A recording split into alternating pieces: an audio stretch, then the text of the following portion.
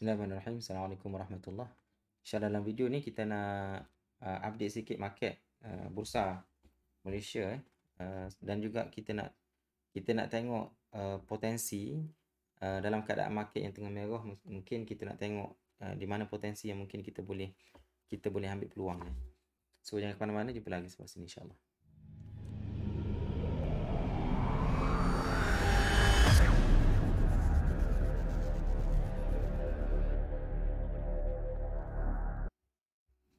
Okey, tuan-tuan semua, sekarang ni sebenarnya saya kurang sikit buat video sebab saya ada satu benda yang tengah saya fokus sekarang ni yang memerlukan perhatian saya yang agak yang memerlukan masa yang agak banyak lah ya. So saya spend masa untuk ada satu benda penting yang insyaAllah saya akan bagi tahu nanti bila sampai masanya ya.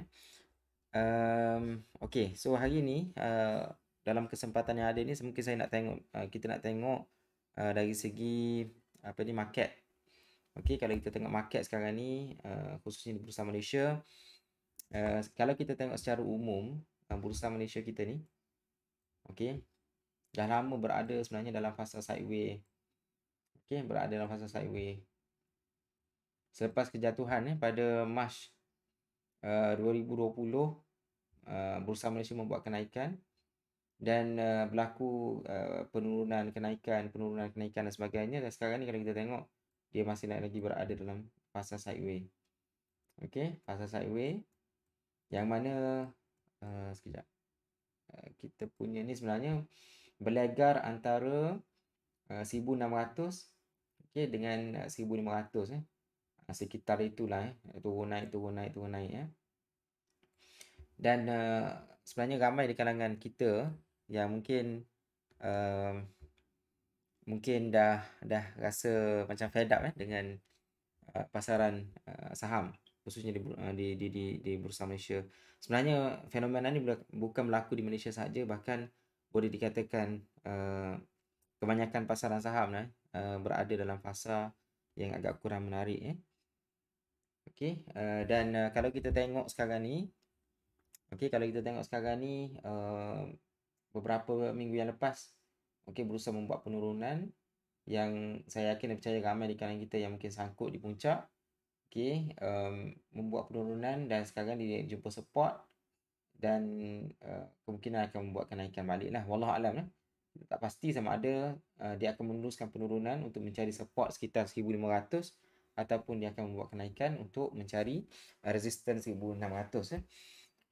Okey, poin saya nak bincangkan dalam video ringkas ni adalah macam mana kita nak mencari potensi. Okey, mencari potensi yang mungkin ada peluang yang terhidang kepada kita. Okey, walaupun market tengah membuat fasa sideways ataupun membuat pergerakan bearish Saya nak tunjuk satu counter. Cuma sebelum saya tunjuk ni, ini disclaimer bukan buy call, dan saya sebenarnya saya sendiri pun tak masuk counter ni.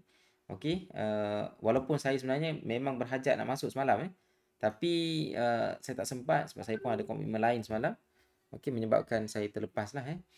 It's okay. Cuma saya nak tunjuk satu counter ni, iaitu counter matrix. Okey. Okey, counter matrix ni kalau kita tengok, dia ada pergerakan yang kita kata luar biasa lah. Okey, berbanding dengan pergerakan biasa. Kalau kita tengok dekat sini, kenapa matrix dia membuat boleh dikatakan gap up lah sewaktu dia open price ni. Walaupun gap up sepatutnya dia tak ada overlap walaupun dengan wick ataupun shadow dia.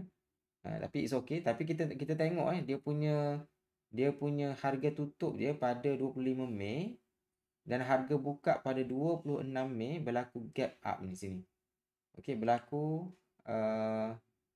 berlaku gap up lah. So kita nak bincang kenapa boleh berlaku gap up dalam counter matrix. Okey, kenapa boleh berlaku gap up dalam counter matrix dan macam mana kita nak anticipate ataupun kita nak predict perkara ni berlaku. Baik, kalau kita tengok matrix ni, kita tengok sejarah dia. Sejarah dia. Sebelum ini pernah berlaku sebelum ni dia break up previous resistance, iaitu pada candle ini 21 Februari 2022. Okey. Kita tengok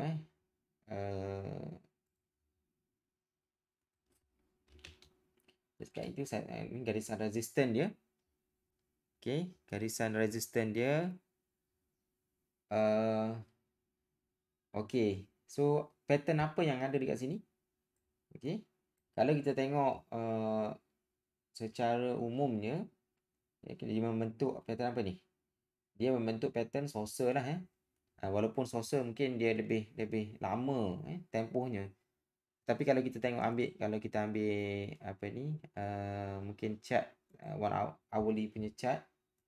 Okey, kalau kita ambil hourly punya chart, memang kita boleh nampak lah dia punya apa ni, saucer tu Okey. Walaupun mungkin ada sebahagian technician ataupun technical analyst yang mungkin tak bersetuju dengan pattern saucer ini, sebab kalau kita tengok syarat-syarat saucer ni, ada yang kata dia adalah reversal pattern.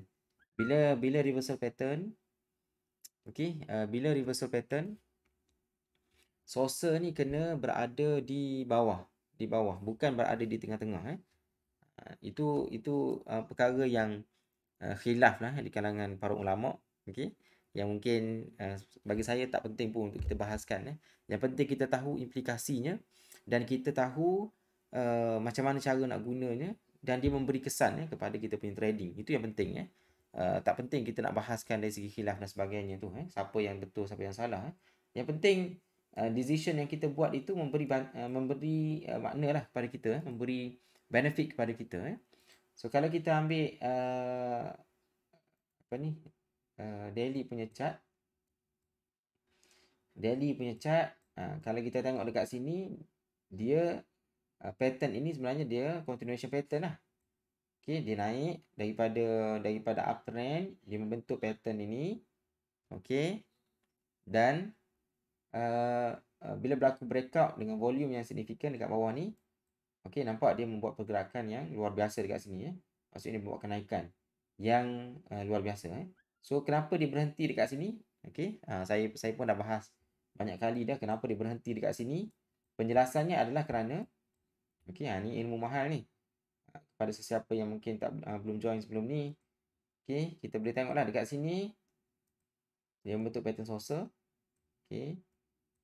Kalau nak cantik ni kita buat hourly kita nampaklah dia punya masa yang mungkin sedikit lama berbanding dengan pattern sekarang ni yang sedikit kecil ataupun dia punya time frame ni agak singkat So kalau kita tengok sini pattern saucer, so macam mana cara untuk kita ukur pattern saucer? Dia punya prediction price dia, so daripada bottom ni, okey, pada bottom kita tarik naik ke atas. Okey, dan kita copy dan kita paste. Okey, bermula dekat breakout ni dengan volume, dan kita nampaklah resistance berlaku dekat situ. Okey, kenapa dia berhenti dekat situ? Kerana mereka yang masuk dengan pattern saucer ini dekat sini, okey, mereka mengambil untung bila mencapai target price dia. So bila sampai dekat sini dia akan mula untuk menjual melepaskan pegangan. So dapatlah berapa persen profit kalau kita tengok dekat sini dia masuk dekat bawah tu, okey, mungkin dalam 5% only.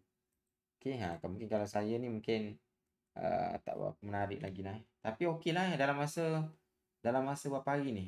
Kalau kita tengok dalam masa berapa hari ni, dalam masa 4 hari saja dah dapat dalam 5%. Okeylah kan? So 4 hari for 5% should be okay lah So sebulan mungkin kita target 10%. Okay. Alright. So ini sejarah yang berlaku kepada matrix So kita nak tengok apa yang berlaku sekarang ni pada sekejap kita delete dulu yang ni. Okey, apa yang berlaku semalam?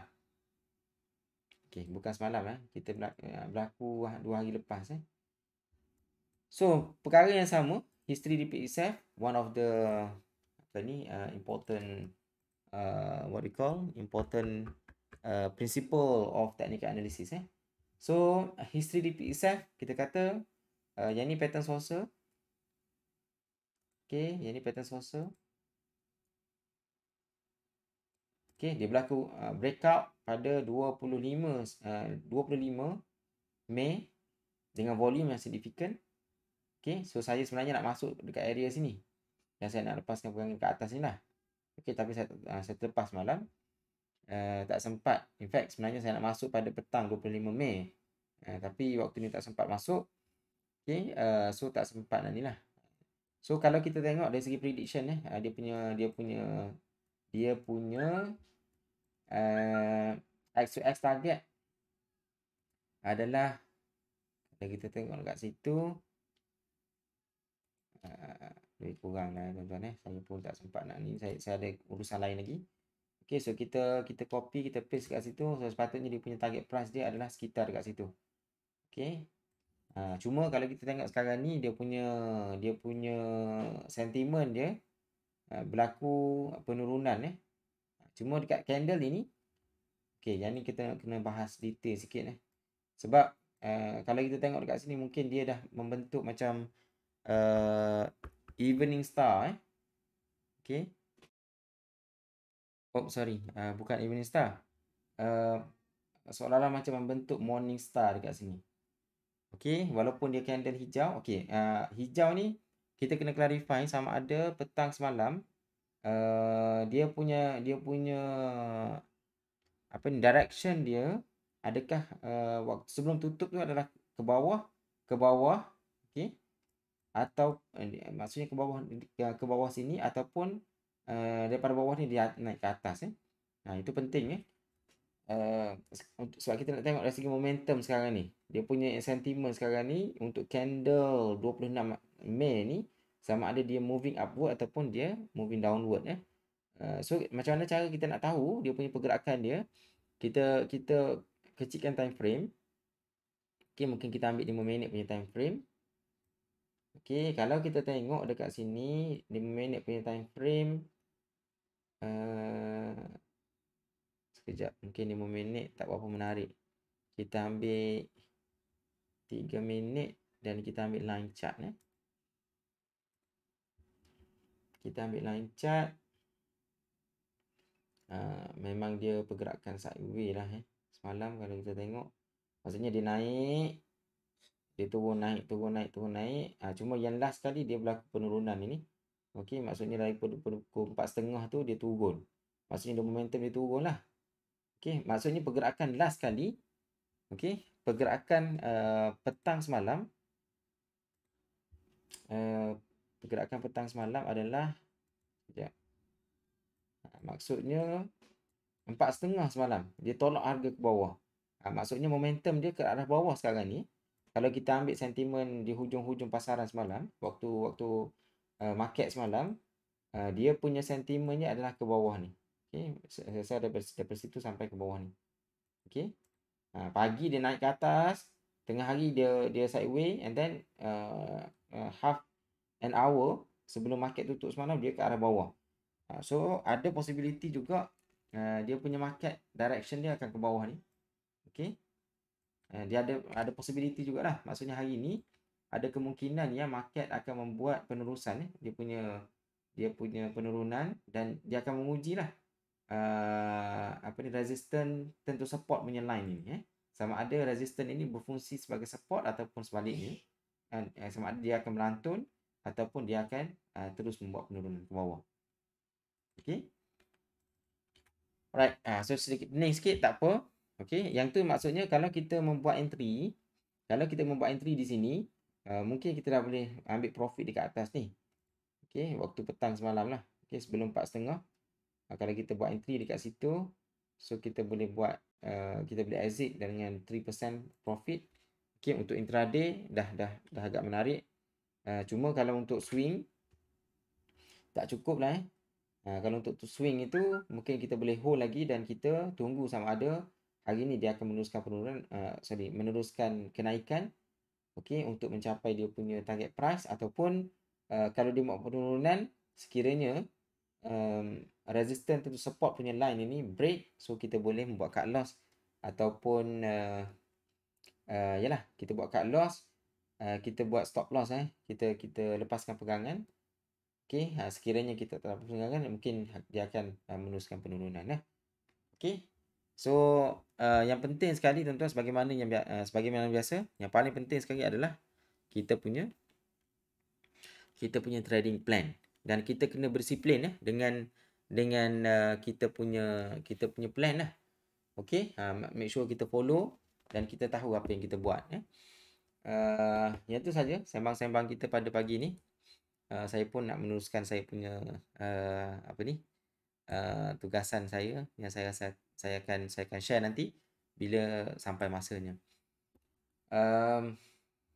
Sekiranya tuan-tuan ada sebarang soalan mungkin boleh turunkan dalam ruangan komen di bawah. Okey, jangan lupa subscribe, dan juga share kepada rakan-rakan yang lain sekiranya channel ini memberi manfaat Saya sebenarnya dah penat nak buat video ni. Okey, tapi ramai yang support, ramai yang sokong, ramai yang bagi motivation. InsyaAllah saya akan selalu buat konten untuk tuan-tuan semua. Wallahualam, terima kasih. Assalamualaikum warahmatullahi wabarakatuh. Jumpa lagi.